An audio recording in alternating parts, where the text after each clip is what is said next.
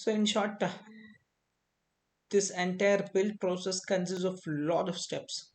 So developers, along with writing their code, so regularly committing their code, they also need to regularly do this build process, which is too much work if they have to do it very irregularly. So to automate this entire build process, we need some tools. So here we are going to discuss about those tools. So there are build tools built to simply automate the build process.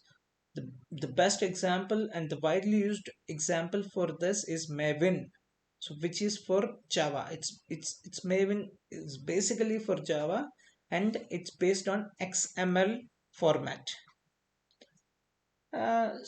So as I mentioned in the XML file, so we have to mention in the XML file what you want to do, what are the dependencies, and what is the versioning mechanism.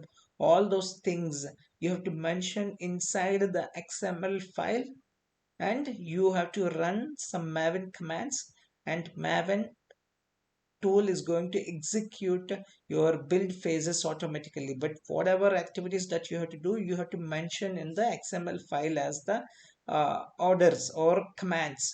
So then it will execute all these steps, and it will automate your entire build process, and the entire build process will be automated using a Maven tool, which takes a XML format file.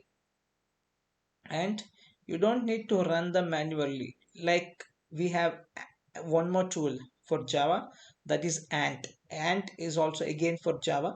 So but there is more scripting involved in Ant, and in generally Maven, so that's the reason in general Maven supersedes Ant.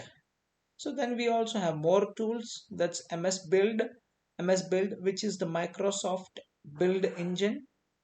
If you are writing code for the Microsoft product, you will be using a build tool like MS Build. And there is one more tool, that's a Gradle. Gradle uses a different kind of scripting format, that's a Groovy format. We use the Groovy format similar to the Jenkins, that we are going to see Groovy format in Jenkins also. Next part of this module is Jenkins only, so we will be looking a Groovy format there also again one more time. Okay, so then Gradle is Groovy format. Then we have Nant. Nant again, this is for Windows, or so, which is executable programming program like our RPM, Debian packages, or any program that's executed on the operating system. So there is make, there is one more tool, there is a make. So make build tool that can build from code to the program. So and there are many, you can see that there is a make tool. So make also builds executable programs and libraries from source code. So and there are many build tools based on your target, based on the programming language. The right build tool will be decided, so the developers or the software architects will already decide what is the build tool, and they will set the build process rightly.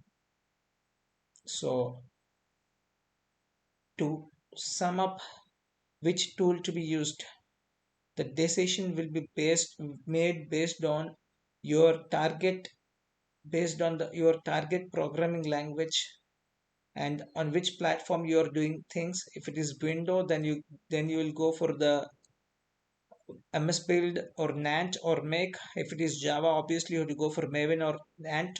So if you're going for Java, then you will have to decide Maven or Ant. In that case, I would go for the Maven because of less scripting, whereas Ant is complicated scripting, and I won't go for the Gradle because it's DSL based on Groovy. It's a bit complicated scripting. So it's all, we have to decide on certain factors. But it makes your life easy by automating your build process.